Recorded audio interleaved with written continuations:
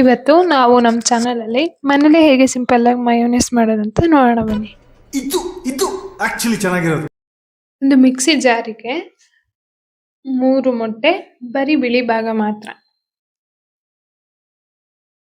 2 ಒಣಮೆಣಸಿನಕಾಯಿ ದೊಡ್ಡದು, ಬೆಳ್ಳುಳ್ಳಿ ಒಂದು 7-8 ಹೆಸಳು, ಈಗ 1 ಟೇಬಲ್ ಸ್ಪೂನ್ ಅಡಿಗೆ ಎಣ್ಣೆ, ಕಾಯಿಸಿರೋ ಅಂತ ಬಿಸಿ ಹಾಲು, ಕಾಯಿಸಿ ತಣ್ಣಗಾಗಿದ್ರು ಓಕೆ, ಈಗ ಸ್ವಲ್ಪ ಮೊಸರು, ರುಚಿಗೆ ತಕ್ಕಷ್ಟು ಉಪ್ಪು, ಇದೆಲ್ಲವನ್ನು ಸೇರಿಸಿ ಮಿಕ್ಸಿಲಿ ಒಂದು ರೌಂಡ್ ರುಬ್ಕೊಳ್ಳಿ. ಮಯೋನೈಸ್ ರೆಡಿ ಆಯ್ತು. ಬರೀ ಮಯೋನೈಸೇ ತಿನ್ನಕ್ಕಾಗತ್ತಾ ಇವಾಗ? ಅಯ್ಯೋ, ಏನ್ ಮಾಡೋದು?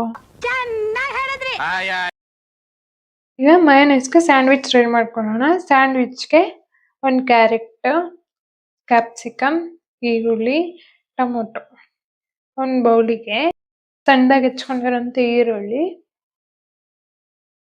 ಕ್ಯಾರೆಟ್ ತುರ್ದಿಟ್ಕೊಂಡಿರೋದು,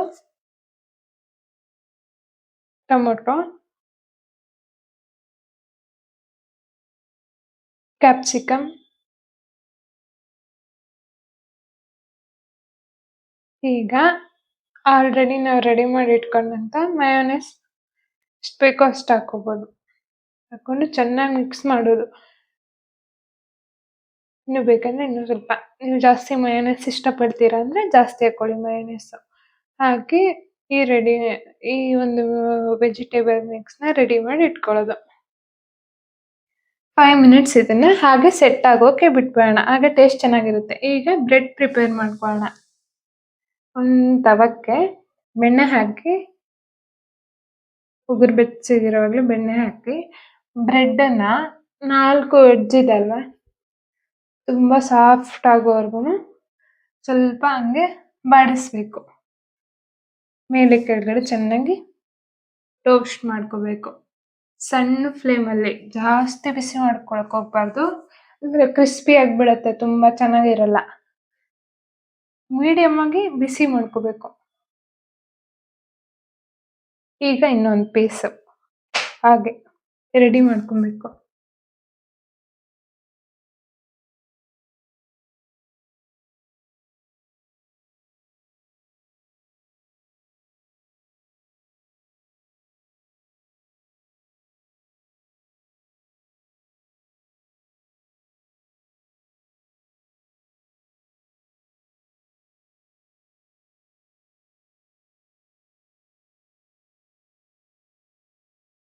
ಈಗ ಬ್ರೆಡ್ಡಿಗೆ 1 ಲೇಯರು ನಾವು ಆಗ್ಲೇ ರೆಡಿ ಮಾಡಿ ಇಟ್ಕೊಂಡಂತ ಮಯೋನೈಸ್,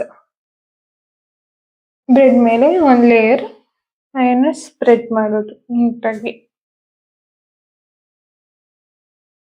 ಇದು ತಂದೂರಿ ಮಯೋನೈಸ್. ಪ್ಲೈನ್ ಮಯೋನೈಸ್ಗೆ ಬರೀ ನೀವು ಎಗ್ಗು ಮತ್ತೆ ವೆಜಿಟೇಬಲ್ ಆಯಿಲ್ ಹಾಕಿ ಸ್ವಲ್ಪ ಸಾಲ್ಟ್ ಹಾಕಿದ್ರೆ ಮಯೋನೈಸ್ ರೆಡಿ. ಬಾಯ್ಲ್ಡ್ ಆಗಿರೋದು ಎಗ್ ಹಾಕೊಂಡೆ. ಈಗ ಇನ್ನೊಂದು ಬ್ರೆಡ್ಡಿಗೂ ಹಂಗೆ ಮಯೋನೈಸ್ ಕೋಟ್ ಮಾಡ್ಕೊಳ್ಳಿ.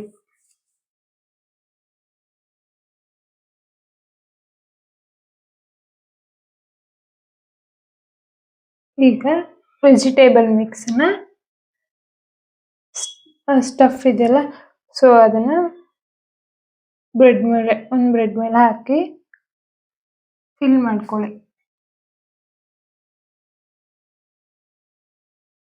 ಸೊ ಅದು ಈಚೆ ಬರಬಾರ್ದು.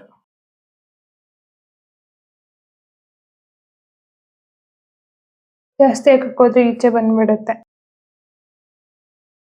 ರೆಡಿ ಫಸ್ಟೇ ಮಯೋನೈಸ್ ಹಾಕಿರೋದ್ರಿಂದ ಅದು ನೀಟಾಗಿ ಸ್ಟಿಫ್ ಆಗಿ ಒಂದು ಬ್ರೆಡ್ಡಿಗೆ ಅಂಟ್ಕೊಂಡು ಅಲ್ಲೇ ಇರುತ್ತೆ, ಅದು ಈಚೆ ಬಿಡಲ್ಲ.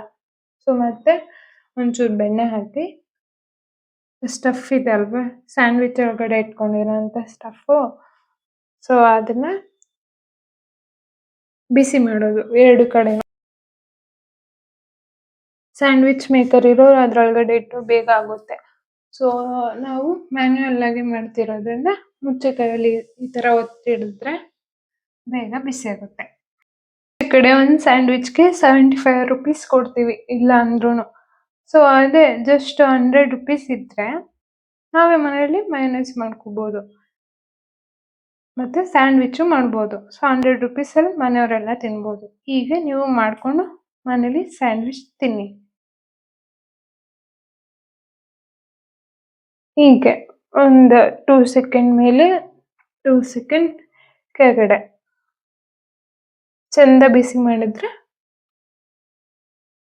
ಒಳಗಡೆ ಇರೋಂತಹ ವೆಜಿಟೇಬಲ್ ಸ್ಟಫ್ ಕೂಡ ಆ ಹೀಟಿಗೆ ಬೆಂದು ನಮಗೆ ಒಳ್ಳೆ ಫ್ಲೇವರ್ ಕೊಡುತ್ತೆ. ಸೊ